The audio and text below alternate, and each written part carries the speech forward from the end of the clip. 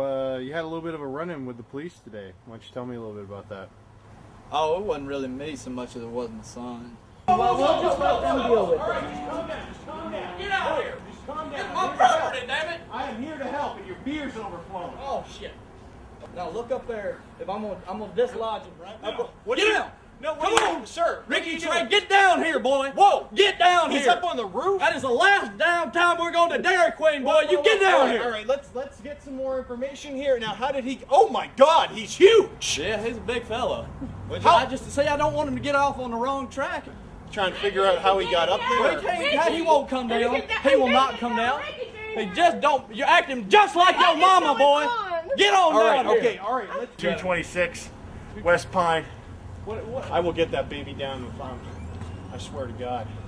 Here we go. Come on, You buddy. can do it. And Come on, I hope he Ricky. does not fall, because if he falls, I could die. Don't let him get hurt off. No, I'm Ricky, trying not to, Ricky, but I mean, Ricky. he is gigantic. He is a big Come on, fella. Ricky. Okay, come on. Make it daddy proud. There you go, there you go. Two more steps. Daddy proud. There you go. All right, good boy. Yeah, you know, it's tough. It's tough. Single daddy. He picks up a lot of chicks, though. Of course, they kind of get scared of him and think It's very large. he's a big old fella. But that's kind of cute, too. You know, it's like when you see a big old retarded person, and you're like, oh, they're, you know, slower than you are, but they're huge. Like, maybe they couldn't beat you in a race, but they could fucking... Yeah, if you get to grappling, forget it. You got to keep it mind games with big old retards. That's where you beat them like checkers. Yeah. They don't understand king me at all. So, you say that having a kid kind of attracts a lot of ladies, Yeah. but they get frightened. So, They get would you say that your romantic interests are kind of suffering because of the child? Well, I mean, my romantic interest might make the argument that they're constantly suffering. I swear to God, I dropped my kid off there and left for a week and went and did ecstasy pills with a bunch of cheerleaders at a casino run by Indians, like Hiya, not their daughters. And we had a fucking blast, you know, a fucking blast. And let me tell you something, House didn't win on that one. I won. That's what I'm saying. So you haven't been employed in quite a while. Not a long time. What were you doing last when you were? I was a last carpet splitter, but that was really, I mean, metaphorically speaking, Right. yeah, carpet splitter. It's a pun. So then you focused mainly on your Self. romantic. On myself, I focus a lot on myself. Well, no, he was fine. He was fine. He was a good fella. The woman that he was with reminded me a whole lot of. Ricky Trey Jr.'s mama. You had to say it. You said it. You had to say it.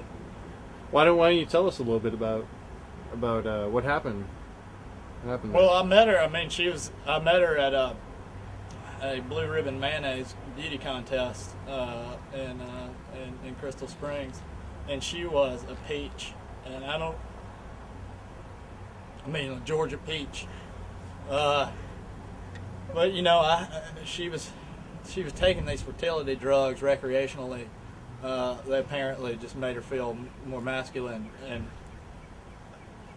you know, I used to smoke a lot of pot. I figured my boys didn't swim. I really didn't have anything prepared for childhood or anything.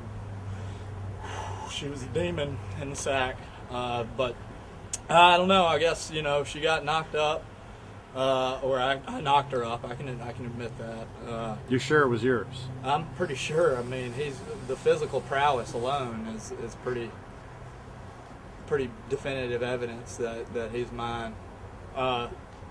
But yeah, we had a beautiful life carved out together. We were living in the back of my Corvette for a little while, and then we eventually upgraded. I got in on a pyramid scheme and just built it like an Egyptian. And we were doing great, you know. I had a lot of name brand foods in our mini fridge, and we ate bologna sandwiches on Fridays. It was, I mean, you know, the golden years.